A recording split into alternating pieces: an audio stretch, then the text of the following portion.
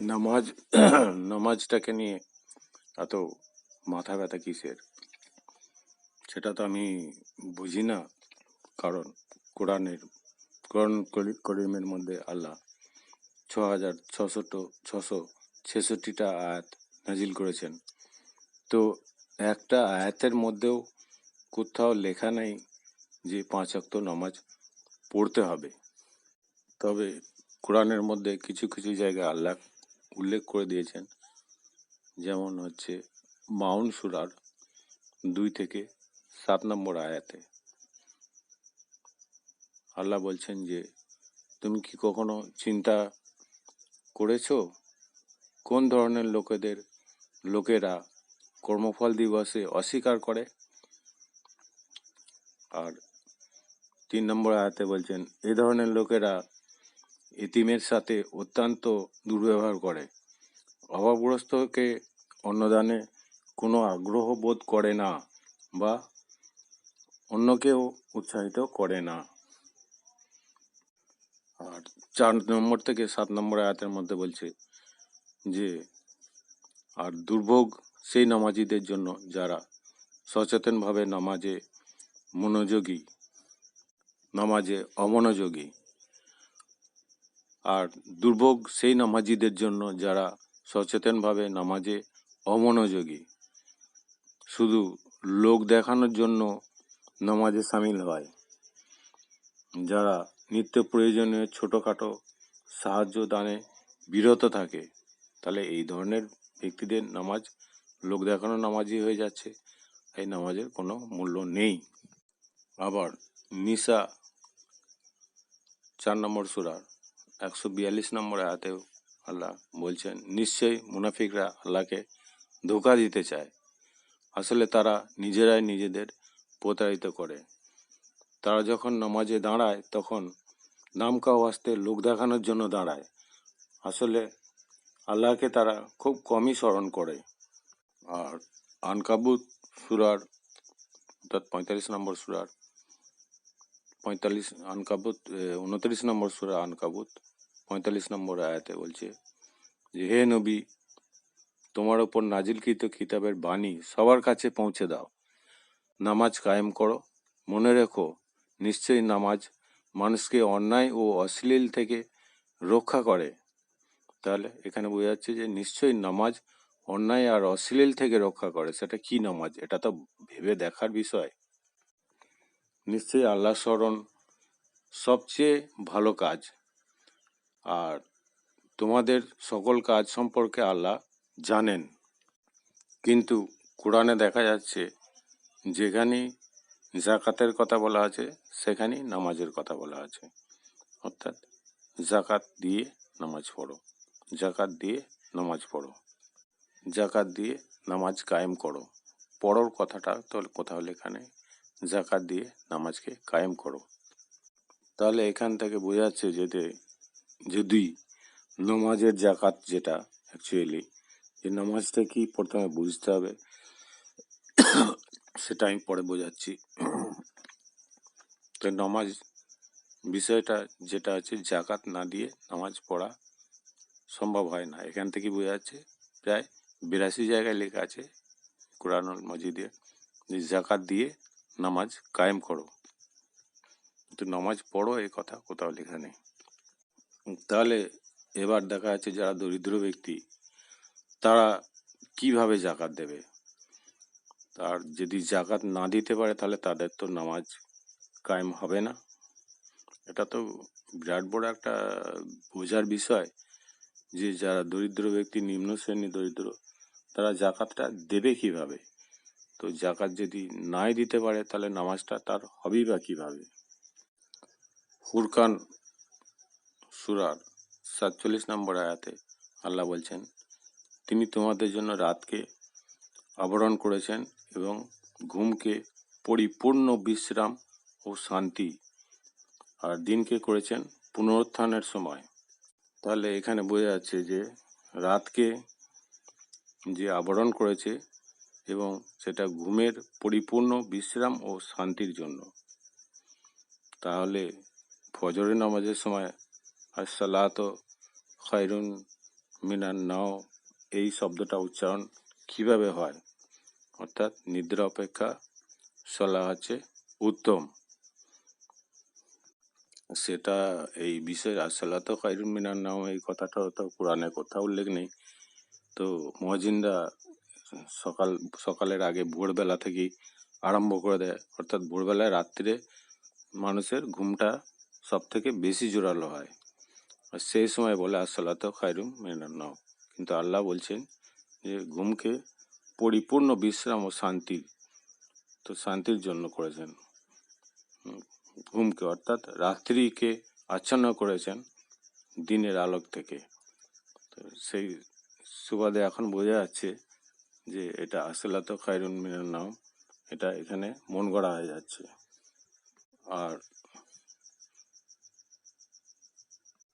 সূরা নিসার 43 নম্বর আয়াতে আল্লাহ বলছেন, হে বিশ্বাসীগণ, তোমরা নেশাগ্রস্ত অবস্থায় নামাজের ধারে কাছেও যাবে না। তোমরা কি বলছো তা যখন বুঝতে পারবে। তাহলে নামাজের সময় এখানে বোঝা যাচ্ছে যে নামাজের সময় যিনি বলেন তিনি তো হচ্ছেন আমাদের যিনি নামাজ পড়ান, অর্থাৎ তিনি হচ্ছেন একজন ইমাম সাহেব। তো ইমাম সাহেবই তো বলেন না, নামাজিরা বলেন। ইমাম সাহেব বলেই যাচ্ছেন, তিনি একটা বিদেশি ভাষা অর্থাৎ আরবিতে বলে যাচ্ছেন তোমরা নেশাগ্রস্ত অবস্থায় থাকো কিংবা না থাকো, কি বুঝবে সেটার বিষয়টা। আমার বলার বিষয় হচ্ছে যে বুঝবেটা কি তুমি আরবিতে। সে মদ খেয়েই যাক, গেঁজা খেয়েই যাক, বা অন্য কোনো চিন্তায় মগ্নই থাক, পার্থিব একটা শয়তানি চিন্তায় মগ্ন থাক, সেটাই নেশাগ্রস্ত অ্যাকচুয়ালি। যে কোনো শয়তানি চিন্তা থাকা মানে নেশাগ্রস্ত অবস্থায়, অর্থাৎ পার্থিব চিন্তা থাকলেও সেটা নেশাগ্রস্ত অবস্থা হয়ে যাচ্ছে। তো তখন অর্থাৎ অন্যমনস্ক হয়ে যাচ্ছে, তখন সে বুঝবে বা কি করে। সে তো আরবি ভাষাতে বলে বেরিয়ে যাচ্ছে, আর যেটা যে বলছে সে তো ইমাম সাহেব বলছে, আর মুয়াজ্জিনরা তো শুনছে, কিন্তু এদের কান থাকতেও কালা, এই জন্যই তাদের বোধগম্য নেই, কারণ এটা হচ্ছে বিদেশি ভাষা। আর তখন নামাজ পড়বে অর্থাৎ স্থির প্রশান্ত সচেতন অবস্থায় আয়াতের অর্থ বুঝে নামাজ পড়বে, এটাই বোঝাতে চাইছে। আয়াতের অর্থ বুঝে নামাজ পড়বে।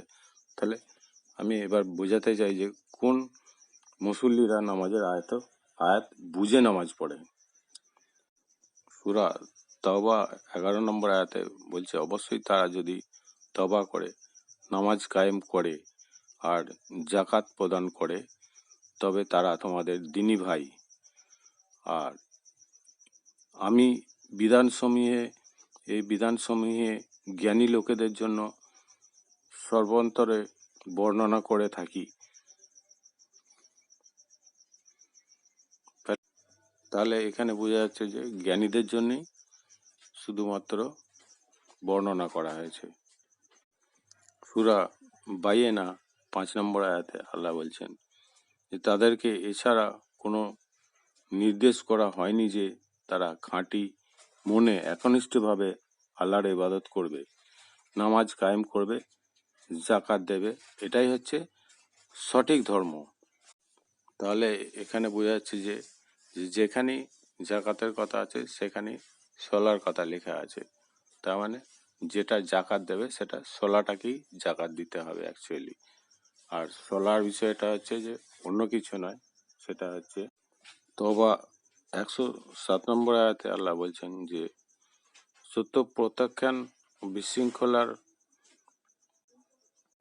বিশ্বাসীদের বিভেদ সৃষ্টির উদ্দেশ্যে মুনাফিকরা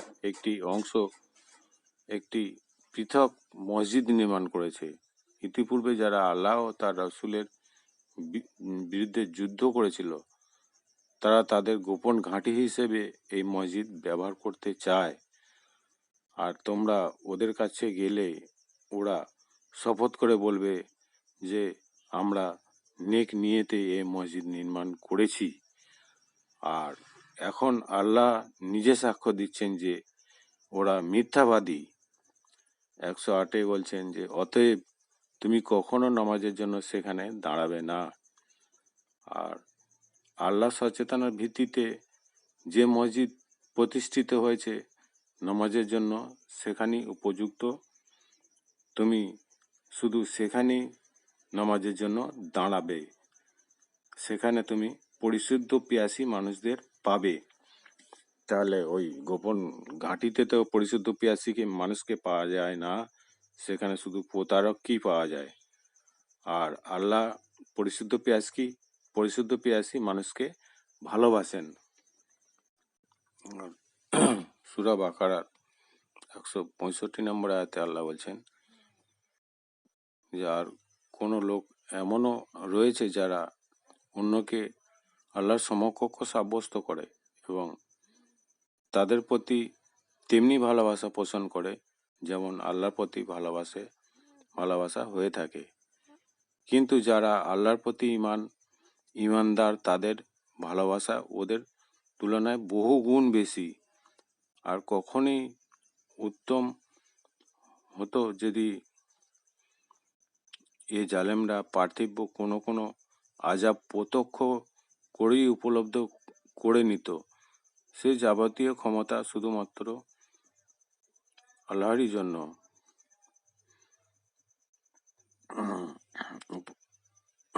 আর জালেমরা পার্থিব কোনো আযাব প্রত্যক্ষ করে উপলব্ধি করে নিত যে যাবতীয় ক্ষমতা শুধুমাত্র আল্লাহরই জন্য এবং আল্লাহর আযাবই সবচেয়ে কঠিন। তাহলে এখানে আল্লাহ বলে দিয়েছেন যে সূরা আনকাবুত 29 নম্বর সূরা আর আয়াত নম্বর হচ্ছে 45। বলছেন যে তোমার ওপর নাজিলকৃত কিতাব বাণী সবার কাছে পৌঁছে দাও, নামাজ কায়েম করো, মনে রেখো নিশ্চয় নামাজ মানুষকে অন্যায় অশ্লীলতা থেকে রক্ষা করে। নিশ্চয় আল্লাহর স্মরণ সবচেয়ে ভালো কাজ। তোমাদের সকল কাজ সম্পর্কে আল্লাহ জানেন। তাহলে এখানে বোঝা যাচ্ছে যে নামাজ একটা এমনই বিষয় যেটা হচ্ছে অশ্লীলতা থেকে রক্ষা করে।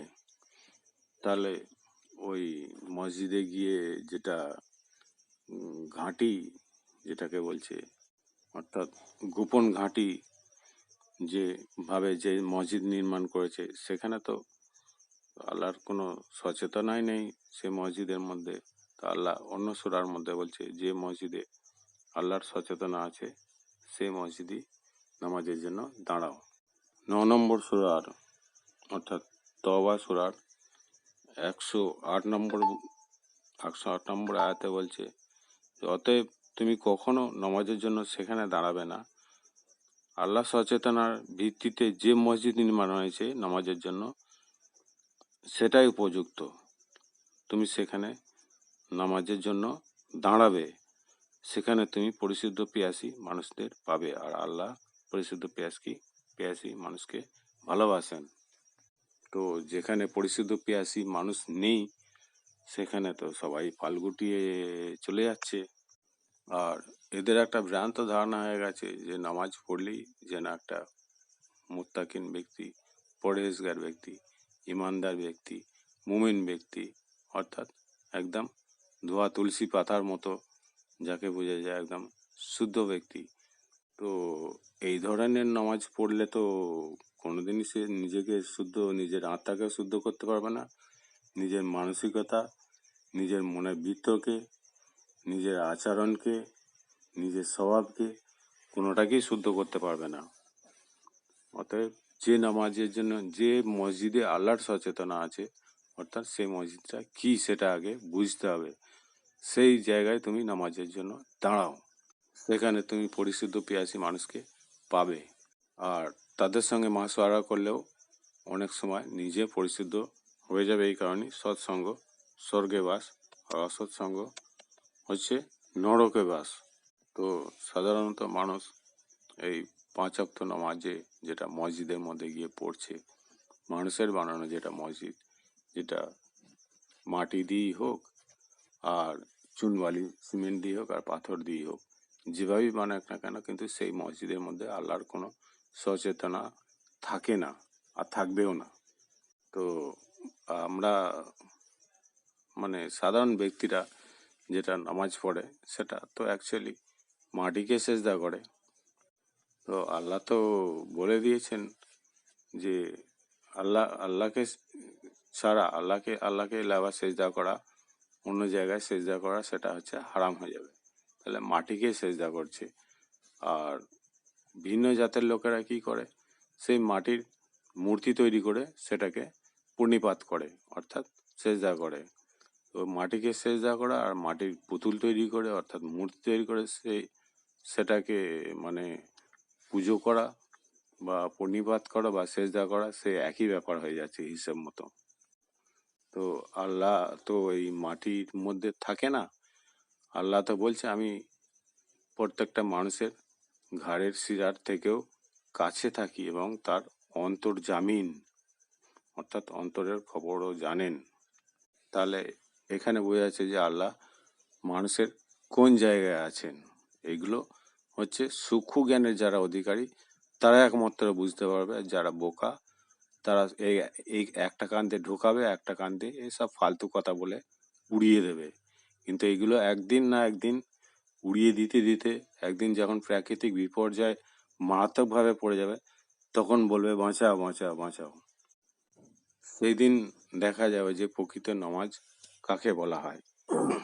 প্রকৃত নামাজ হচ্ছে যেটা মানুষের আত্মাকে শুদ্ধ করবে, চরিত্রকে শুদ্ধ করবে এবং নিজের চালচলনকে শুদ্ধ করবে, এবং সেই শুদ্ধ করার যে শিক্ষণীয় বিষয়গুলো আরেকজনের কাছে সে শিক্ষাগুলোকে সেগুলোকে মানে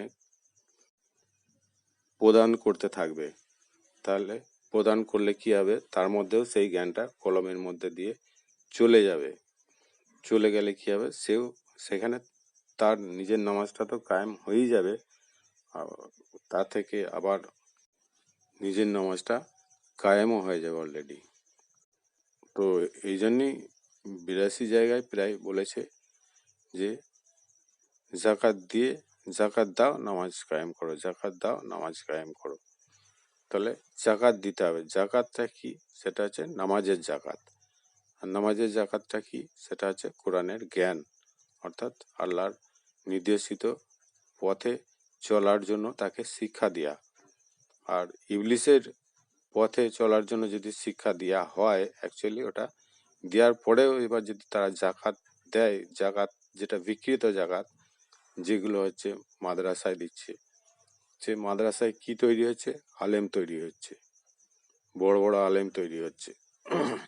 তারা তো কোরআনকে বিকৃত করে, বিকৃত করাই হচ্ছে তাদের কাজ, আর অন্য কোনো কাজ করার মতো তাদের ক্ষমতা নেই। এই জন্যই যে তারা মাদ্রাসায় পড়তে পড়তেই হয়তো দেখা যাচ্ছে বিয়ে শাদী হয়ে যাচ্ছে, এবার ছেলে পুলে সংসারে জড়িয়ে যায়, তখন কোন একটা মসজিদে কিংবা কোন একটা সময় ইসলামিক অনুষ্ঠানের মধ্যে সে যুক্ত হয়ে গিয়ে সেখান থেকে ইনকাম করতে, অর্থাৎ কোরআন বিক্রি করে পিঠে আগুন ঢুকিয়ে সেটাকে সে চালিয়ে যেতে, সেই ব্যবসাটাকে সে চালিয়ে যেতে থাকছে। অ্যাকচুয়ালি এগুলো বেদাত, অথচ তারা নিজেরাও জানে না, তাদের কাছে এরকম ধরনের কোনো শিক্ষা দেওয়াও হয় না। তো শরীয়তে বিধানে দেখুন, এক কথায় বলতে কি, টোটাল বিধানটাই হচ্ছে বিকৃত, কোরআন বিকৃত, অর্থাৎ আল্লাহর হুকুমের, আল্লাহর নির্দেশের, আল্লাহর আদেশের একদম টোটালি বিরুদ্ধ, সম্পূর্ণ কোরআন বিরুদ্ধ। সেগুলো আমি প্রমাণ করিয়ে দেবো ইনশাল্লাহ, আশা করি যে কিভাবে সেটা বিকৃত। তো সাধারণ গোমুখ্য মানুষদের তো পেটে কোনো কোরআন জ্ঞান নেই, আর কোরআন থেকে বলছে না অন্য কোনো মানুষের রচনা গ্রন্থ থেকে বলছে, এগুলো বোঝার বিষয় আছে। যেমন সূরা ইউসুফের 40 নম্বর আয়াতে আল্লাহ বলছেন যে তোমরা আল্লাহকে ছেড়ে নিছক কতগুলো নামের ইবাদত করো, সেইগুলো তোমরা এবং তোমাদের বাপদাদারা সাব্যস্ত করে নিয়েছে, আল্লাহ ওদের কোনো প্রমাণ অবতীর্ণ করেনি। আল্লাহ ছাড়া কারো বিধান দেওয়ার ক্ষমতা নেই। তিনি আদেশ দিয়েছেন যে তিনি ব্যতীত অন্য কারোর ইবাদত করো না, এটাই সরল পথ, কিন্তু অধিকাংশ লোক তা জানে না। আবার অন্য জায়গায় বলছে যে যে অধিকাংশ লোকের কথা শুনলেই আল্লাহর পথ থেকে আপনি বিপদগামী হয়ে যাবেন। কিন্তু দেখা যাচ্ছে মানুষ বেশিরভাগই অধিকাংশ লোকের কথাই শুনি চলে থাকে। আবার মায়দা সূরার 5 নম্বর আয়াতেও আল্লাহ বলছেন, 5 নম্বর সূরা মায়দাতে, মায়দার 4 নম্বর আয়াতে আল্লাহ বলছেন, তো আমার বক্তব্য হচ্ছে যে নামাজ নামাজ নামাজ নামাজ নামাজ নামাজ করেই যাচ্ছে, নামাজটা কেন পড়ছে না? আরে না বাবা, নামাজটা কি? নামাজ পড়ার জন্য মগজের তেজ থাকা দরকার। এই জন্যই যে আল্লাহ কোরআনে বহু জায়গায় লিখেছে নামাজ হচ্ছে বুদ্ধিমানের জন্য। আর যেটা হচ্ছে কোরআন, কোরআন হচ্ছে বুদ্ধিমানের জন্য। আর নামাজ পড়তে গেলে কোরআন অবশ্যই পড়তে হবে, নাহলে নামাজ হবে না। কোরআন বুদ্ধিমানের জন্য বহু জায়গায় লিখে আছে। তো অতএব নামাজটাও সেরকম বুদ্ধিমানের জন্য। नमाज पढ़ने के लिए दिमाग का तेज बहुत जोर होना चाहिए, बहुत तेज होना चाहिए, तब जाके नमाज अदा कर सके। और ये नमाज पढ़ना कोई गुड्डा गुड्डी का खेल नहीं है कि जो चाहे उसको अदा कर सके। অতএব কোরআনের মাঝে মানে ভাবার্থ, ভাব সম্প্রসারণ, ব্যাখ্যা সব কিছু ভালোভাবে জানুন, বুঝুন। বুঝতে না পারলে আল্লাহ তো কোরআনের মধ্যে বলেই দিয়েছে, যদি না বুঝতে পারো জ্ঞানীদের জিজ্ঞেস করো, তারা অবশ্যই বলবে। এই আয়াতগুলো আমি এখন বলছি না, ভিডিও বড় হয়ে যাচ্ছে। তো তাদের সঙ্গে একটু মাশওয়ারা করলে বা জিজ্ঞেস করলে, সদয়ভাবে জিজ্ঞেস করলে তারা অবশ্যই বলবে।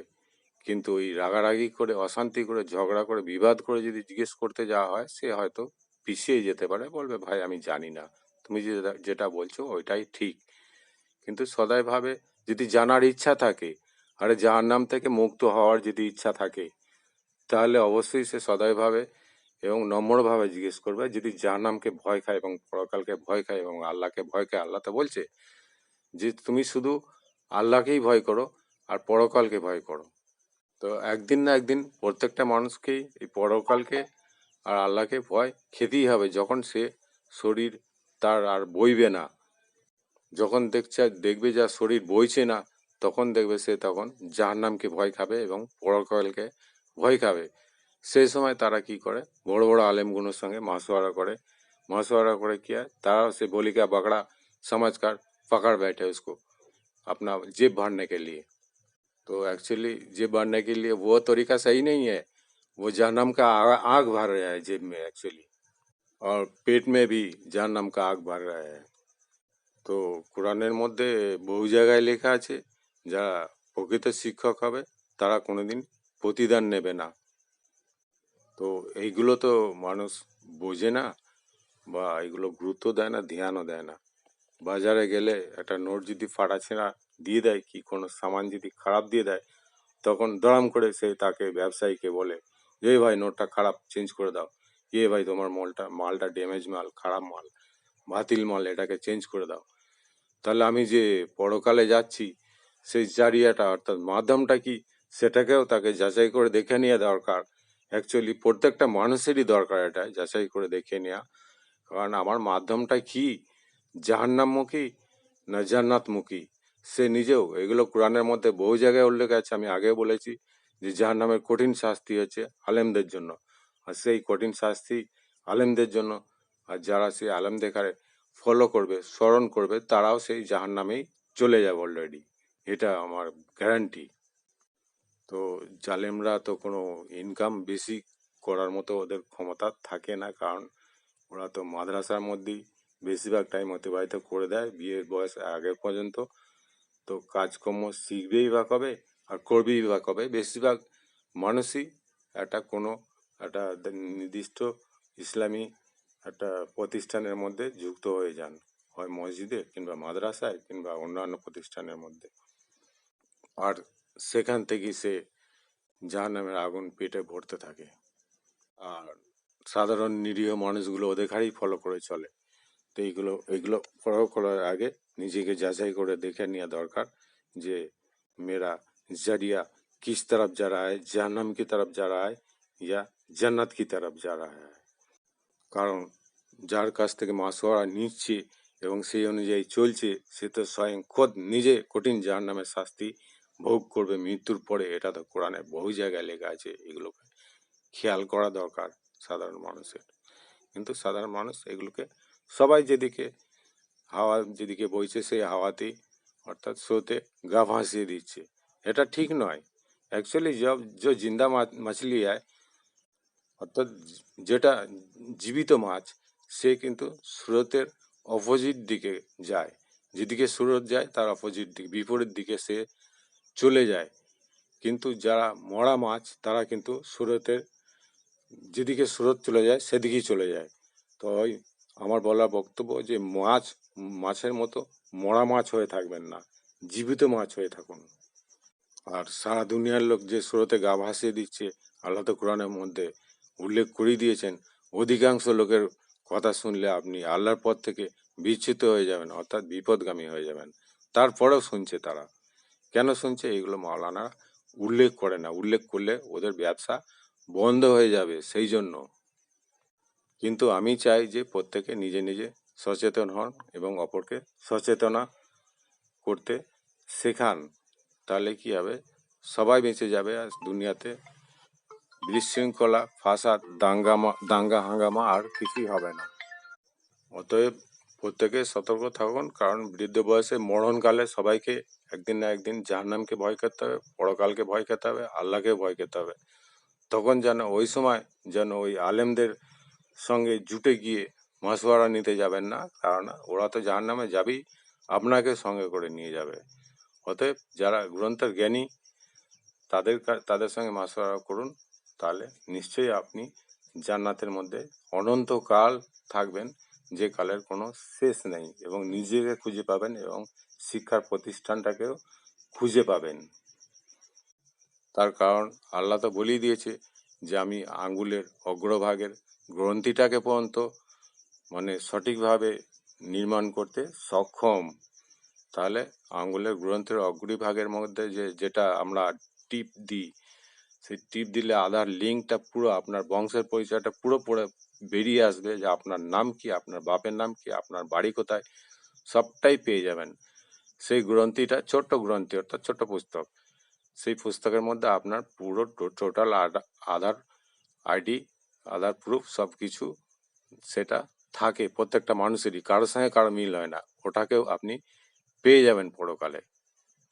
তো ওটাকেও আল্লাহ বলছে আমি তৈরি করতে সক্ষম। আমি এই ভিডিওতে বলছি না, এখন লম্বা হয়ে যাচ্ছে, পরে ভিডিওতে ইনশাল্লাহ বলবো। তো সেটা যদি আপনি পেয়ে যান তাহলে নিজেকে খুঁজে পাবেন। শুধু নিজেকে পেলে হবে না, কোনো এক বোকা মানে লেবার শ্রেণীর লোকেদের পাল্লায় পড়ে গেলে আপনার মাথায় ঢুকবে না কোরআন।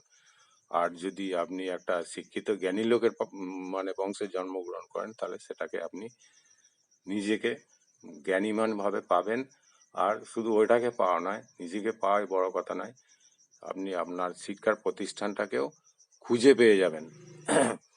আর যদি কোনো জন্তুর পেটের মধ্যে চলে যান, যেটা সিজিনের কবর যেটাকে বলা হচ্ছে, ইলিনের কবর যেটা মাটিতে দেওয়া হয়, ওখানে তো হাড় মাটি হয়ে যাবে, ওখানে কোনো শাস্তি হয় না। এই যে মৌলানাগুলো বা ভিখারিগুলো আসে, বাপ মা কবরে চলে আছে, শুয়ে আছে, তারা কষ্ট পাচ্ছে, তাদের জন্য দান করো, এগুলো সব একদম ভুয়ো, এগুলো একদম ভণ্ডামি, ডাহা মিথ্যুক কথা। কবরে কেউ কোনোদিন শুয়ে থাকে না, তাদের হাড় মাটি হয়ে যায়। সে কোথায় চলে যায়? সিজিনের কবরের মধ্যে। সেটা হয়তো কোনো একটা ভালো মানুষের, জ্ঞানী মানুষের কিংবা ধনী মানুষের। আল্লাহ তো বলছে ভালো কাজ করো, জান্নাতের উত্তম জায়গায় তোমাকে আমি স্থান দেবো। অর্থাৎ সে ধনী হবে, জ্ঞানী হবে, শিক্ষিত হবে, দেখতে সুন্দর হবে, তার স্ত্রী সুন্দর হবে, জ্ঞানী হবে, তার ছেলে পুলে ভালো হবে সেই জায়গায়, এবং তুমি যাকে খুশি নিয়ে যেতে পারো সেই উত্তম জায়গায়। তাহলে তোমার যদি নিজের আমলটা যদি ঠিক থাকে, তাহলে অবশ্যই নিয়ে যেতে পারবে এবং নিজে স্বয়ংও নিজে যেতে পারবে। আমার ভিডিওটা বেশি বড় হয়ে যাচ্ছে, আমি এখানেই সমাপ্ত করে দিচ্ছি।